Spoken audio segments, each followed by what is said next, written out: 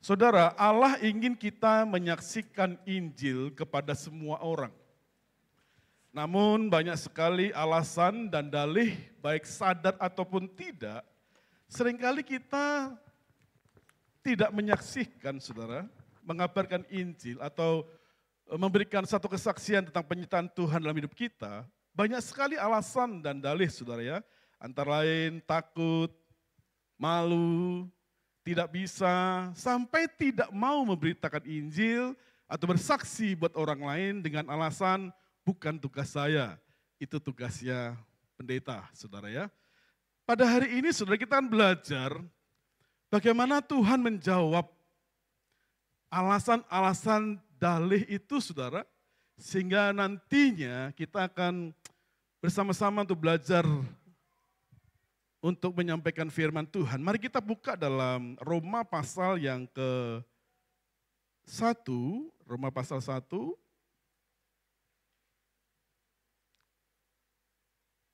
Roma pasal 1, 14 sampai yang ke-17. Aku berhutang baik kepada orang Yunani maupun, bisa tolong jangan ganggu lagi enggak konsentrasi saya nanti. Sudah cukup. Oke. Aku berhutang baik kepada orang Yunani maupun kepada orang bukan Yunani, baik kepada orang terpelajar maupun kepada orang tidak terpelajar. Itulah sebabnya aku ingin untuk memberitakan Injil kepada kamu juga yang diam di rumah. Sebab aku mempunyai keyakinan yang kokoh akan dalam Injil, karena Injil adalah kekuatan Allah yang menyelamatkan setiap orang yang percaya, pertama-tama orang Yahudi, tetapi juga orang Yunani. Sebab di dalamnya nyata kebenaran Allah yang bertolak dari iman dan memimpin kepada iman, seperti ada tertulis orang benar akan hidup oleh iman. Saudara, kitab Roma ini merupakan tulisan dari Rasul Paulus yang ditulis untuk orang-orang atau jemaat Kristus di kota Roma. Rasul Paulus bukan hanya menulis surat kepada umat Allah di Roma, tetapi dia juga datang ke Roma untuk menyampaikan Injil. Saudara, Rasul Paulus ini adalah orang Yahudi, orang Israel, tetapi berkebudayaan Yunani dan berkebangsaan bangsa Roma. Sehingga dia sebenarnya mendapatkan banyak hak istimewa. Tetapi saudara, perlu saudara ketahui, sebenarnya memberitakan Injil, menyampaikan firman Tuhan ke Roma, itu sesuatu yang mustahil. Sesuatu yang masalahnya itu kompleks dan tidak logis. Kenapa saya katakan demikian saudara? Saya akan bandingkan begini. Pada waktu Indonesia dijajah oleh bangsa Belanda, Indonesia itu negara yang terbelakang dan di bawah kekuasaan Belanda. Boleh dikatakan Indonesia ada underdogs di bawah. Betapa mustahilnya orang memberitakan Injil atau memberitakan kebenaran lah, umum dulu. Dari Indonesia, mungkin Jakarta, ke Belanda. Sesuatu yang tidak mungkin. Bagaimana negara yang dijajah, orang-orang yang dijajah, yang terbelakang dalam banyak hal, mau menyampaikan kebenaran ke orang-orang Belanda. Demikian juga saudara, Injil bermula dari Yerusalem. Saudara, Injil bermula dari Yerusalem dan bangsa Israel saat itu dijajah oleh bangsa Roma. Lalu ada seorang bernama Rasul Paulus menyampaikan Injil kepada orang-orang Roma. Itu sesuatu yang tidak mungkin saudara. Karena apa? Bisa jadi sebenarnya orang Roma menyampaikan kebenaran kepada orang-orang Yahudi karena orang-orang Yahudi ada jajahannya. Tetapi ini orang Yahudi memberitakan satu kebenaran kepada orang Roma. Negara yang super power pada waktu itu, saat ini mungkin seperti Amerika. Mana mungkin orang banyak mendengarkan, nggak akan mungkin, saudara. Tetapi saudara, Rasul Paulus memberikan alasan. Kenapa dia berani menyampaikan kebenaran kepada bangsa Roma atau orang-orang yang di Roma? Saudara, saya menemukan ada 3 alasan utama Rasul Paulus memberitakan Injil kepada bangsa Roma. Yang pertama, sudah lihat, Yang pertama adalah membayar hutang. Dalam Roma pasal 1 ayat 14, aku berhutang baik kepada orang Yunani maupun kepada orang bukan Yunani. Baik kepada orang terpelajar maupun kepada orang tidak terpelajar. Setelah Rasul Paulus bertobat, lahir baru menjadi murid Kristus. Bagi Rasul Paulus, saudara, itu merupakan satu anugerah yang tak terperikat. Satu anugerah yang luar biasa.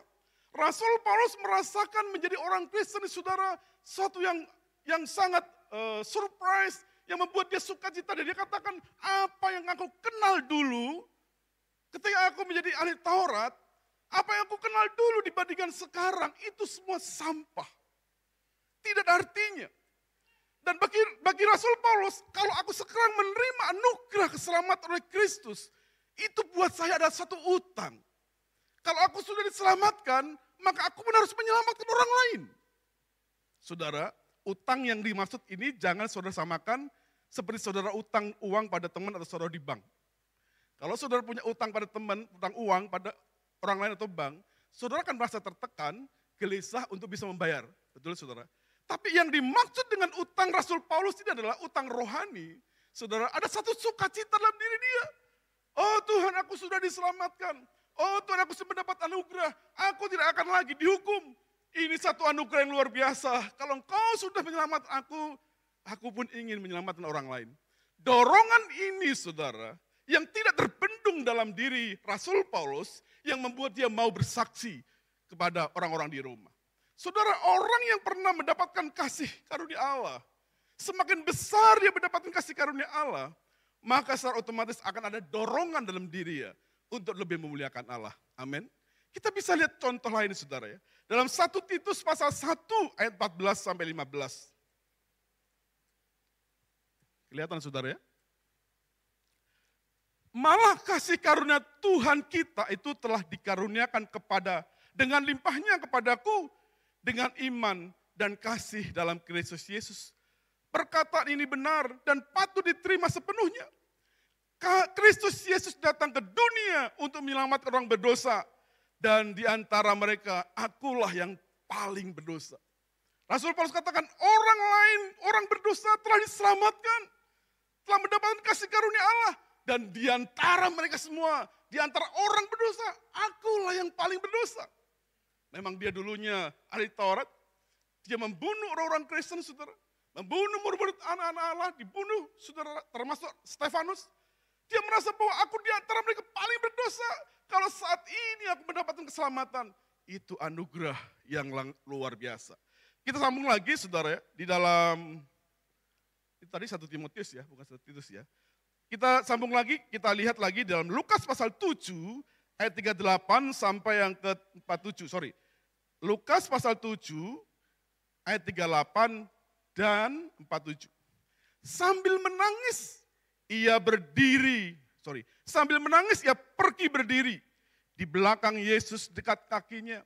Lalu membasuhi kakinya itu dengan air matanya dan menyekanya dengan rambutnya. Kemudian ia mencium kakinya dan meminyakinya dengan minyak wangi itu. Sebab itu aku berkata kepadamu, dosanya yang banyak itu telah diampuni. Sebab ia telah banyak berbuat kasih. Tetapi orang yang sedikit diampuni, sedikit juga ia berbuat kasih. Saat itu saudara, Yesus didatangi oleh seorang, Alkitab katakan, seorang perempuan berdosa. Seorang perempuan berdosa.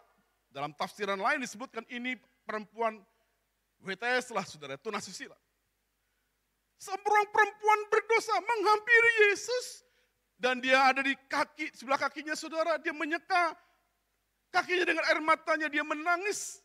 Bukan hanya menyeka kaki Yesus dengan air mata, tapi juga meminyaki dengan minyak wangi. Di dalam Markus disebutkan, ketika perempuan itu meminyaki kaki Yesus dengan minyak wangi, murid-murid menegurnya dan berkata, hei itu mahal sekali, kenapa engkau melakukan satu pemborosan? Karena itu minyak sangat mahal. Tapi Tuhan berkata, saudara, orang yang dapat kasih semakin besar dia mendapat kasih, semakin besar diampuni, dia akan semakin besar berbuat kasih. Orang yang merasa saudara mendapatkan berkat banyak dari Tuhan, maka dia akan berbuat banyak bagi Tuhan.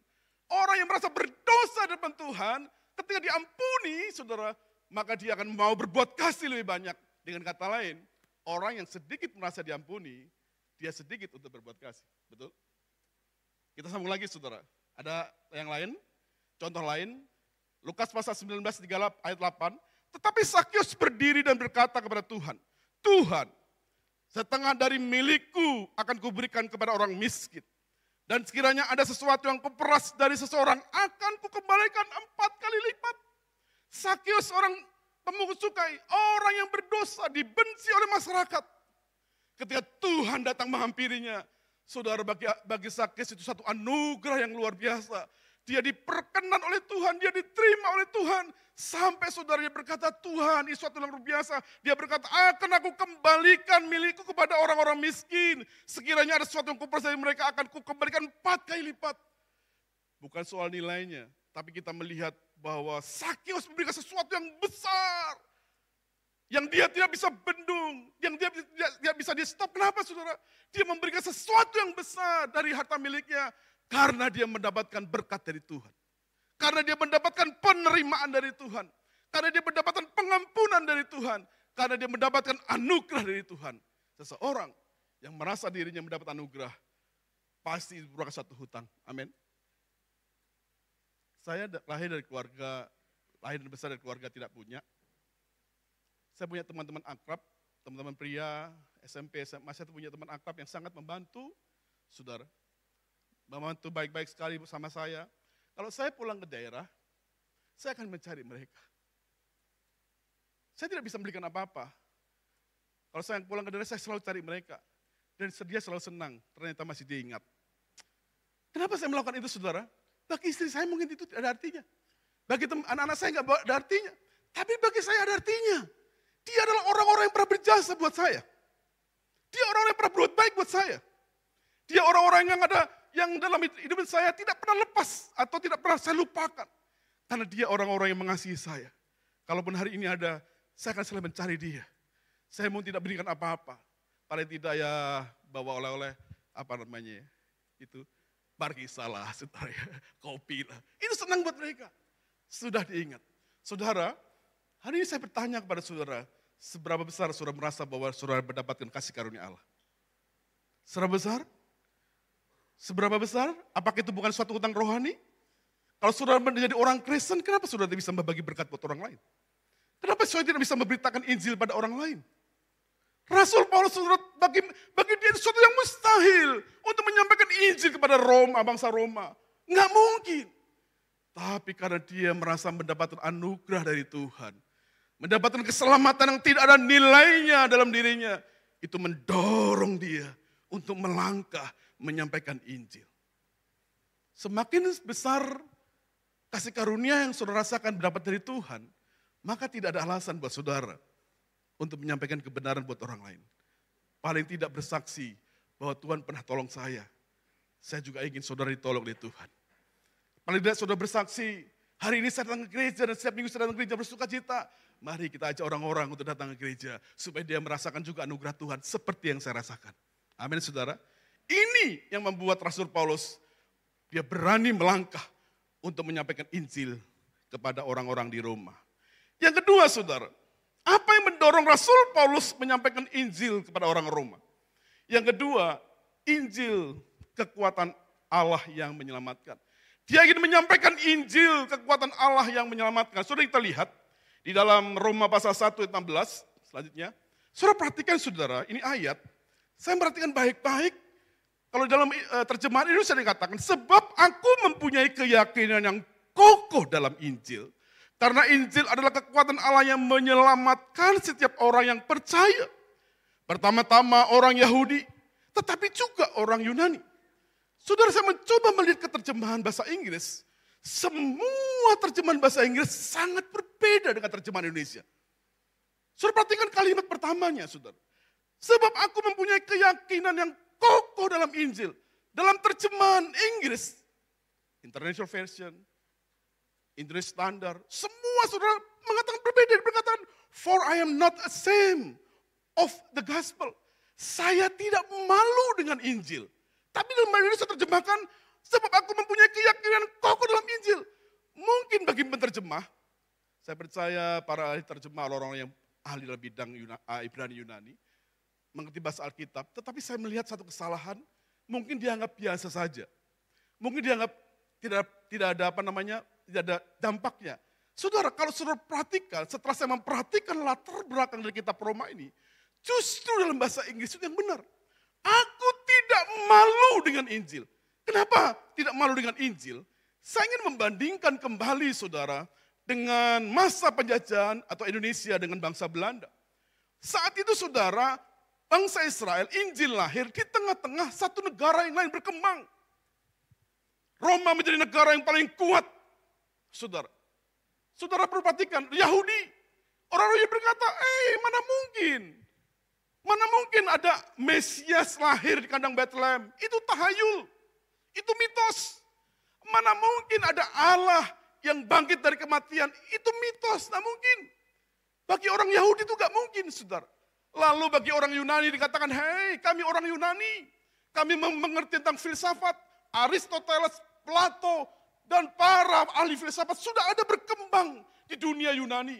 Mereka orang-orang yang pintar, orang-orang bijaksana secara filosofi, orang-orang yang menguasai ilmu filsafat. Lalu di bangsa Roma, saudara, bangsa Roma bangsa yang modern, bangsa yang maju, bangsa yang berdua kekuatan. Dengan kata lain, lalu datang seorang yang memberitakan kebenaran dari satu kota kecil bernama Yerusalem. Dari satu kota Yerusalem dan suatu bangsa yang sedang dijajah, ingin menyatakan kebenaran keluar secara manusia. Orang akan berkata, siapa kau? Kami mengerti filsafat. Ahli-ahli Taurat berkata, aku mengetahui itu hukum Taurat. Orang-orang di Roma berkata, kami ini lebih hebat. Kami menguasai sepertiga dunia. Seperempat atau lebih mungkin. Kami ini paling hebat dengan kekuatan kami. Kau siapa? Mau menyampaikan satu kebenaran yang kami tidak tahu. Mana mungkin Allah lahir di kandang Bethlehem. Mana mungkin Allah bangkit dan mati. Itu mitos, itu tahayul. Secara manusia, orang mungkin malu. Betul? Secara logis malu. Tapi Rasul Paulus, aku tidak malu dengan Injil.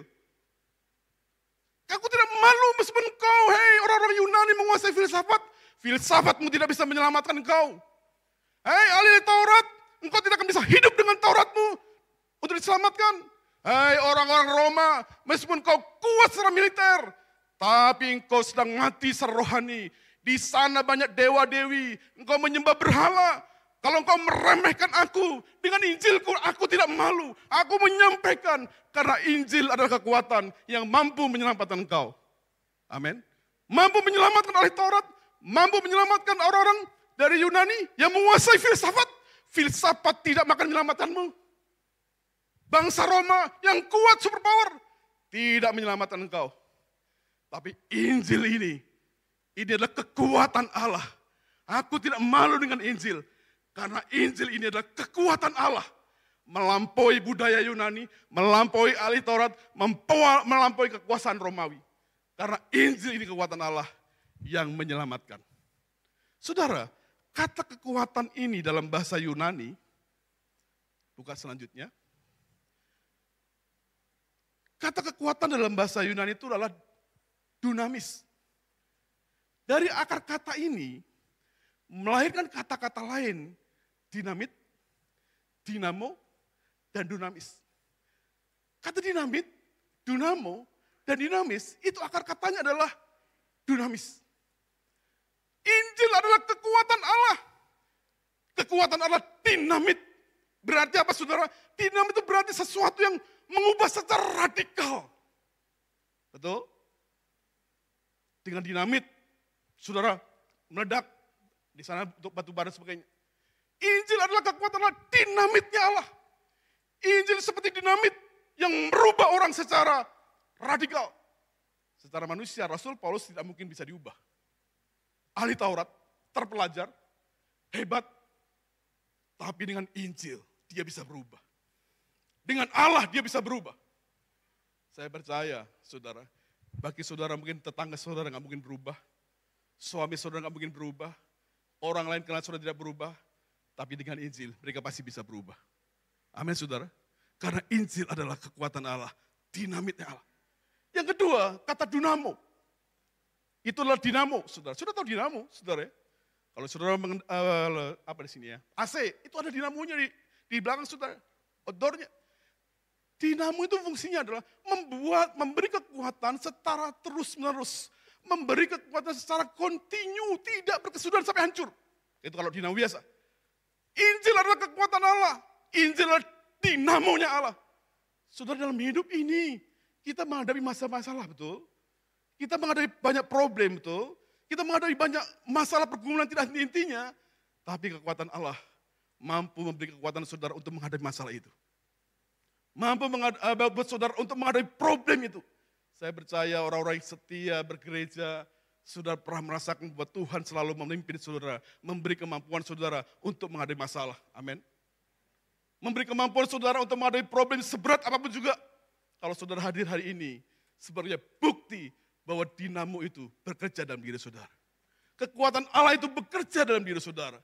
Dan Rasul Paulus ini menyaksikan kepada orang-orang Yahudi, menyaksikan kepada orang-orang Yunani, menyaksikan kepada orang-orang di Roma. Hei, ini Injil, ini dinamonya Allah yang memberi kekuatan kepadamu.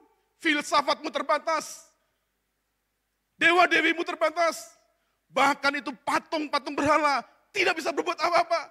Tetapi kekuatan Allah ini, dinamo yang memberi kamu bertahan dalam menghadapi hidup. Memberi pengharapan, memberi sukacita, memberi solusi yang terbaik. Asal saudara percaya sungguh-sungguh. Dinamo itu akan bekerja. Amin saudara. Yang ketiga, kata dinamis itu melahirkan kata yang disebut dengan dinamis. Dinamis itu perubahan secara terus-menerus. Secara dinamis, secara bergerak dari baik menjadi lebih baik. Menjadi lebih baik, menjadi lebih baik. Sampai akhirnya kita masuk dalam kerajaan surga. Excellent, sempurna. Amin. Saudara, Injil adalah kekuatan Allah. Dia adalah dinamis. Ketika engkau menerima Kristus sebagai Tuhan, saudara rajin di gereja, saya percaya, saudara akan terus berubah dari hari ke hari. Hati saudara dirubah, pikiran saudara dirubah, hidup saudara dirubah, karena sifatnya itu dinamis. Ketika Injil diberitakan, ketika sudah menerima firman Tuhan, maka saudara pasti akan berubah. Pasti akan berubah. Kalau saudara flashback 5 tahun, 10 tahun lalu, oh kok saya dulu seperti itu ya. Oh dulu saya mau menikah, sudah mau cerai. Kalau lihat ke belakang, oh ketawa. Kok bisa ya, begitu saja bisa begitu. Hari ini kita bisa ketawa, bukan karena apa? Karena kita sudah berubah, amin. Karena kita sudah berubah lebih baik lagi. Kita bisa berubah lebih sempurna lagi. Kalau dulu saya ingat dengan anak saya, kok bisa marahin dia ya. Kalau sekarang saya lebih sabar ngadapin. Oh ya Bapak sudah tua. Bukan karena tuanya saudara. Banyak orang tua gak sabar saudara ya. Tapi karena perubahan Kristus yang merubah hati dan pikiran saya. Yang merubah hidup saya. Saudara percaya bahwa dinamis itu kekuatan Allah itu akan berlaku kepada semua orang. Ini juga yang menjadi alasan Rasul Paulus berani menyampaikan Injil kepada superpower, kepada ahli filsafat, kepada orang-orang dari Farisi atau ahli Taurat. Dia berani menyampaikan sesuatu yang besar kepada orang lain, yang lebih besar. Karena Injil kekuatan Allah mampu merubah orang. Mampu membuat orang lain berubah. Saudara, mampu membuat orang dari hari ke hari semakin baik. Hari ini Tuhan menantang saya dan saudara. Apa yang menjadi keraguan saudara untuk berani menyaksikan Injil? Apa yang menjadi keraguan saudara untuk berkata, terimalah Tuhan Yesus. Atau saudara paling tidak bersaksi. Paling tidak bersaksi, aduh dulu hidup saya itu gak benar. Setelah saya menjadi Kristus, milik Kristus, saya menjadi benar. Ataupun kalau saudara tidak bersaksi dengan hidup saudara, dengan perbuatan saudara, dengan perkataan saudara, orang lain lihat, oh memang sudah berubah si Atong itu ya. Si Atong sudah berubah. Dia sudah lebih baik lagi. Menjadi saksi saudara dengan perbuatan saudara, dengan hidup saudara, dengan perkataan saudara. Karena apa? Pada dasarnya Injil yang saudara terima, kebenaran yang saudara terima, firman yang saudara terima akan membuat saudara secara otomatis dari hari ke hari semakin baik. Amin saudara, semakin baik. Kenapa Rasul Paulus, aku tidak malu memberitakan Injil, karena apa saudara? Karena Injil kekuatan Allah. Aku tidak malu, aku tidak takut, aku tidak ragu. Karena Injil kekuatan Allah mampu merubah orang. Baik secara radikal, memberi kekuatan terus menerus, dan merubah orang dari hari ke hari semakin baik. Adakah di antara saudara yang dari hari ke hari semakin tidak baik menjadi orang Kristen? Saya sering katakan something wrong. Saudara, kalau saudara lihat ayat ini, tadi, sebelumnya ya, gak usah dibuka lagi. Aku tidak malu dengan Injil, saudara. Kalau kita perhatikan sekilas, saudara perhatikan sekilas, tidak ada apa-apanya kan? Ini pentingnya kita mengerti kebenaran firman Tuhan. Tidak hanya mencopot dan menyampaikan. Saudara, saya percaya bahwa para penterjemah Lembaga Alkitab Indonesia adalah orang hebat. Tetapi mungkin mereka tidak melihat. Ada satu kalimat yang terlihat sederhana. Pada waktu saya merenungkan ini saudara, saya mencoba melihat tafsiran dalam, melihat terjemahan dalam bahasa Inggris. Kenapa bahasa Inggris semua berkata begitu? Bahasa Indonesia berkata lain. Oh, ternyata satu kebenaran yang tidak diungkapkan. Rasul Paulus mengatakan, ya secara manusia aku malu menyampaikan Injil. Karena Injil ini belum dilihat orang, belum didengar orang. Pengajarannya masih dipercaya orang-orang tertentu. Sepertinya tahayul, sepertinya mintos, tapi aku percaya. Aku sudah diubah oleh Tuhan. Aku sudah diperbarui oleh Tuhan. Aku sudah terus-menerus disempurnakan oleh Tuhan. Maka aku ingin orang lain menerimanya. Saudara, berdasarkan survei dari Jos Barna, kurang lebih 70% jemaat gereja itu dihasilkan atau dilahirkan dari saudara demi saudara. Kebanyakan gereja itu diisi oleh orang-orang yang membawa saudaranya untuk pergi gereja. Yang dihasilkan oleh orang-orang yang berkata kepada familinya, ketika familinya sakit, didoakan. Ketika familinya ada masalah, didoakan. Lalu diajak, yuk mau nggak ke gereja? Mau nggak kita muliakan Tuhan? Saudara, ternyata 70% pertumbuhan jemaat itu saudara. Pertambahan jemaat itu dipengaruhi atau dihasilkan oleh jemaat Tuhan yang membawa saudara-saudaranya untuk ke gereja. Saudara nggak perlu pergi jauh-jauh, Tuhan utuslah aku ke Afrika, nggak perlulah saudara. Saudara bertanya, Tuhan utuslah aku ke sana, nggak perlulah. Di Makassar itu tahun 2000-an itu ada sekolah Alkitab, ministry di Latimojong kalau nggak salah. Yang didirikan oleh Pak Anton Yosep, apa namanya tadi? Marturia Ministry, saudara ya. Itu 6 bulan sekali atau 1 tahun sekali, mereka diajar, saudara ya. Lalu disebar. Nah saya pernah ngajar di sana. Saudara, setiap wisuda itu ada satu anekdot. Ada satu, ya lucu-lucuan lah. Ketika mau diutus ke daerah, ada ungkapan begini, Tuhan utuslah aku, tapi jangan ke Seko. Sudah mengerti dia? Sudah tahu Seko? Tuhan utuslah aku, tapi jangan ke Seko. Sudah tahu Seko? Seko itu naik ojek 1,5 juta, saudara. Dari apa namanya? Samba. Oh, tahu juga ya? Pak orang Seko? Oh, bukan ya. Itu 20 tahun lalu, saudara. Tuhan utuslah aku, tapi jangan ke Seko. Karena kalau diutus ke Seko menderita, saudara. Dia belum siap untuk diutus Tuhan.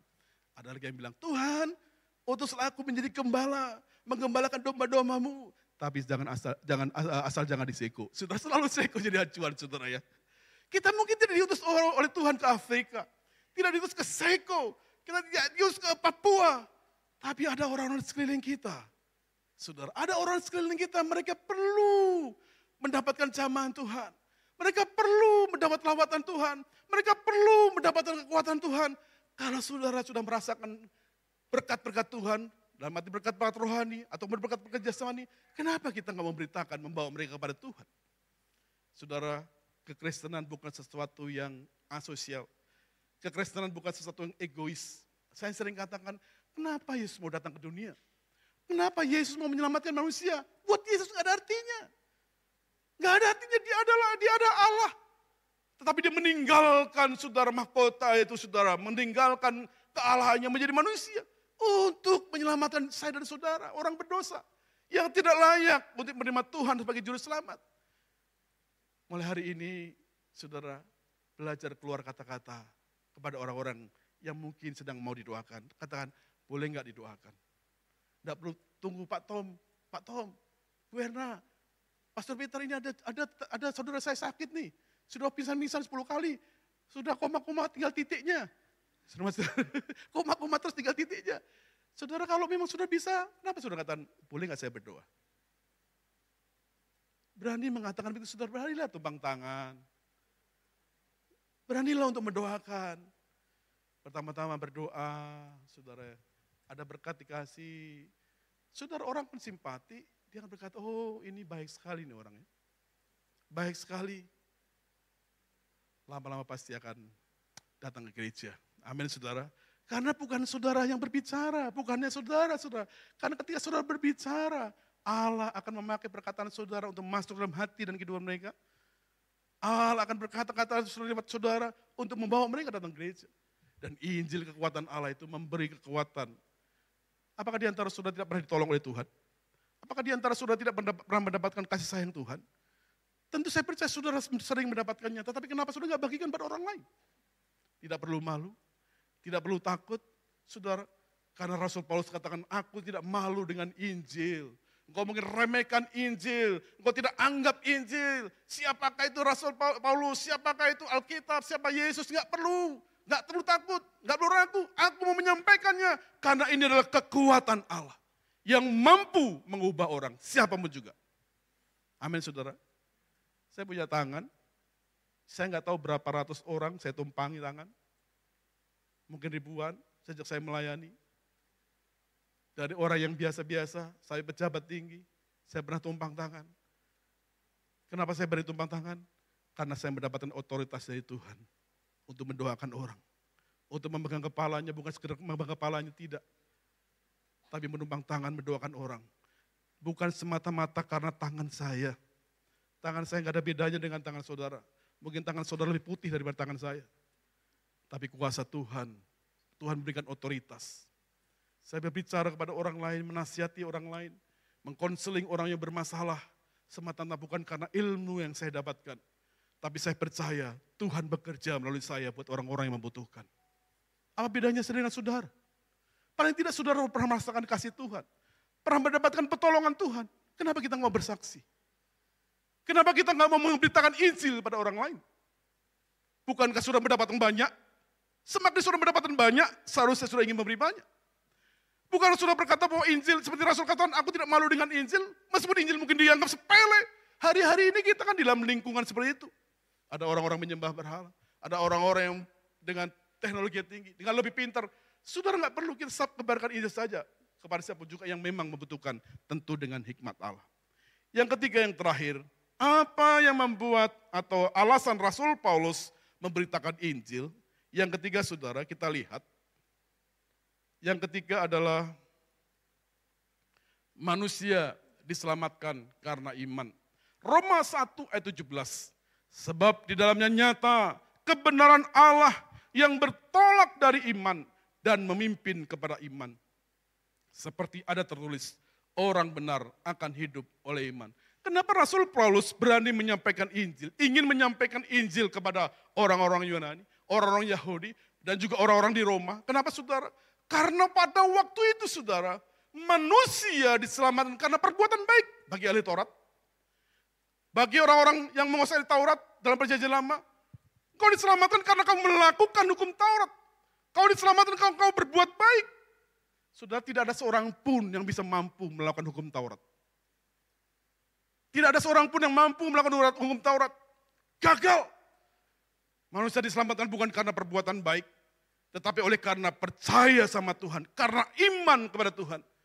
Orang-orang di Yunani, ahli filsafat, mereka tidak bisa menyelamatkan diri mereka. Mereka mengerti pengetahuan, ilmu filsafat, membuat mereka mengerti kehidupan, tetapi terbatas kepada kehidupan itu. Mereka tidak mengerti siapa yang di sana, yang kekal itu tidak tahu. Manusia tidak diselamatkan oleh ilmu pengetahuan. Manusia hanya diselamatkan oleh iman. Saudara, Roma saat itu saudara, Roma seperti, saya gambarkan saat ini seperti Amerika.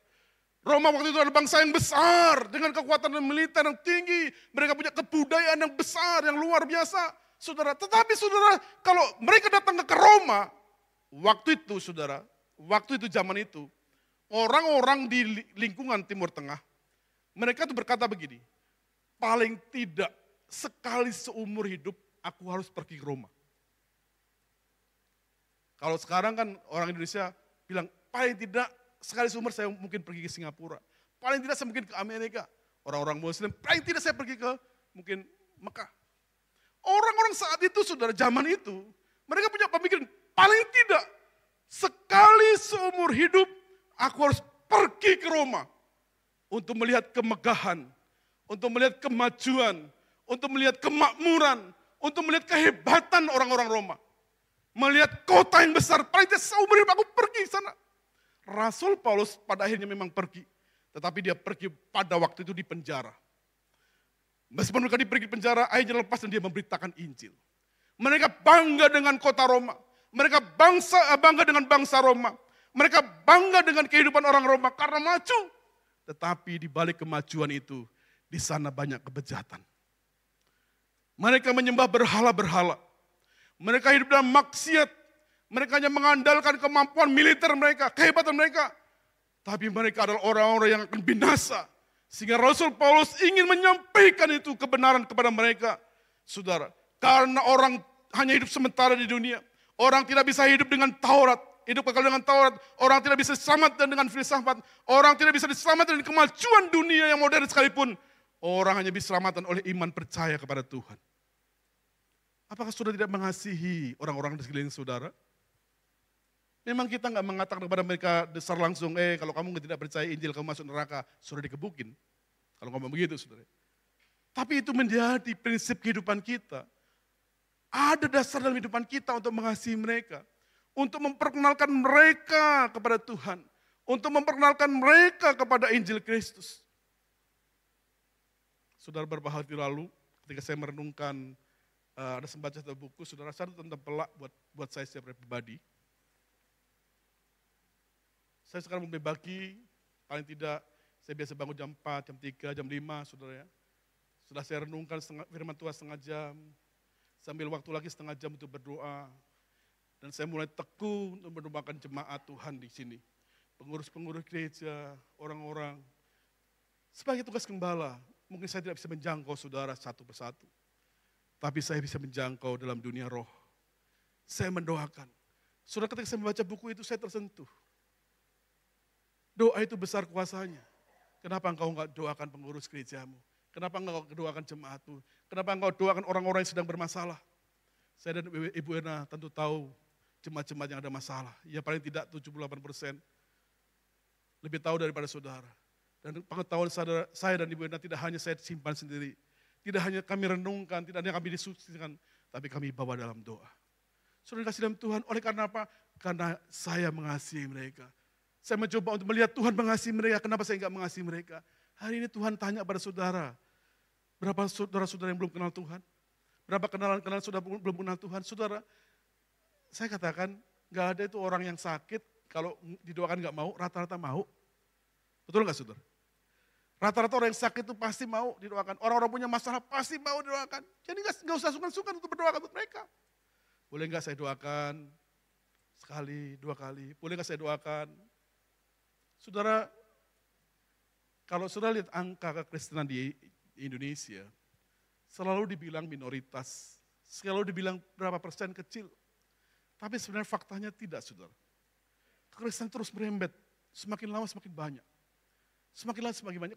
Kalau saudara lihat di YouTube, itu banyak sekali tuh anaknya artis, atau percaya sama Tuhan. Berapa waktu lalu saya lihat ada orang di suku Bugis, di daerah, apa tempat asalnya Pak JK itu? Di sebelah sana. Bone, dia bilang saya ini lahir, saya ini membaca, tapi saya suatu saat melihat satu ayat, kok ayat ini berbeda dengan ayat yang ada di Injil, dia dikenakan ini saudara. Lalu dia tertarik, banyak sekali orang yang bertobat saudara dengan cara yang luar biasa. Yang enggak masuk akal, anaknya artis, saudara papanya itu pengacara terkenal. Tiba-tiba dia dengar puji-pujian. Banyak sekali saudara dengar pujian, dihibur dengan pujian. Ada seorang juga yang artis baru meninggal, saudara. Itu kenal Tuhan dari mana? Kenal dari Tuhan dari temannya, saudara. Datang ke rumahnya, ini artis datang ke rumah temannya. Dan di rumah itu dia mendengarkan pujian. Dia dengarkan lagu rohani. Ketika dia mendengarkan, sepertinya saudara dia merasa kok lagu ini menyenangkan hati saya ya. Lagu ini membuat saya tenang, terhibur, sukacita. Lama-lama dia setel di rumahnya, saudara lama dia setel, terus diputar. Lambat laun dibilang, bolehkah saya pergi gereja sama kamu? Pergi gereja.